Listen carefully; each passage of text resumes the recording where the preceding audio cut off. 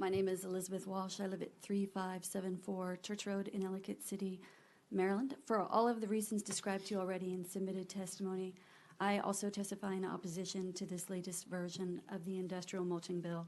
But my specific testimony concerns the undisclosed private interest driving this bill to return to your docket again and again, despite the loud, sustained opposition voiced by so many of your constituents. There is a section of the Maryland Code specific to Howard County, Maryland Code General Provisions, Section 5853, that requires disclosure of all campaign contributions, $500 or more, made in the last 4 years by any applicant seeking a zoning regulation amendment. The problem is, in this, as in many zoning change requests that this council hears, the request is not made in the name of any limited private interest looking to derive some financial benefit from a change in zoning law. Rather, the named petitioners are the same elected representatives who ultimately will vote on the zoning change. In this case, ZRA 183, in tandem with CB-21, is made by two such petitioners. The current council chair, Mary Kay Siggety, and District 5 Representative Greg Fox. A Howard County paid attorney joins them on the petition. Why? Who truly caused this petition to be made? And why is their identity permitted to be so obscured this far into the process? And where is the code-required disclosure that would identify what campaign contributions have been made, if any, by those entities who will benefit from this zoning change? Respectfully, this is not accountability, this is not transparency, and it is not particularly good government. That's all I have. Thank you. Mr. Fox. So since you're questioning not the bill itself, you're questioning the ethics of myself. I'm questioning the process. Now, you're questioning me. Ms. Walsh, you're questioning me. And so I'm just going to be real clear about this. I challenge you to find anybody who's donated to me having to do with this.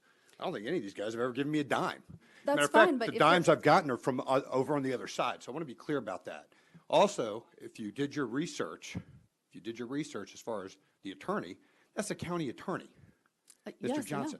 I know. It's a county paid attorney. I'm saying that by sponsoring this bill in the name of elected representatives, you subvert the process that would reveal whether there are or are not campaign contributions being made by the same entities who will derive a benefit.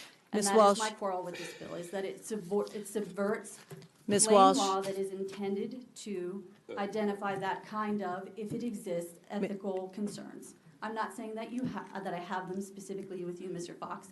As I noted, I say that this practice happens time and time again. I'm saying that that practice Ms. Walsh. subverts a disclosure requirement set forth by Maryland law.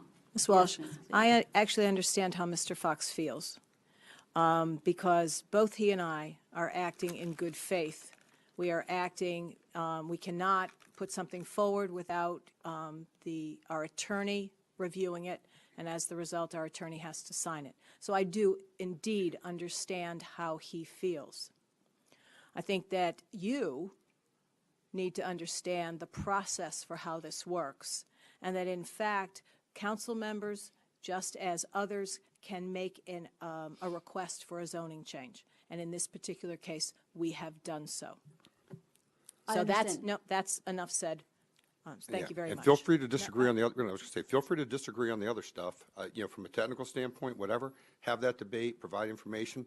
I've heard a lot of good things. We haven't heard as much from the other side tonight, but from this side, as far as even some suggestions and constructive criticisms, you question without any basis, even insinuate, without any basis, I'm going to have issues. There's no such insinuation to both of you. I am merely questioning the process. Ms. Walsh, thank you very and much. its utilization in this case.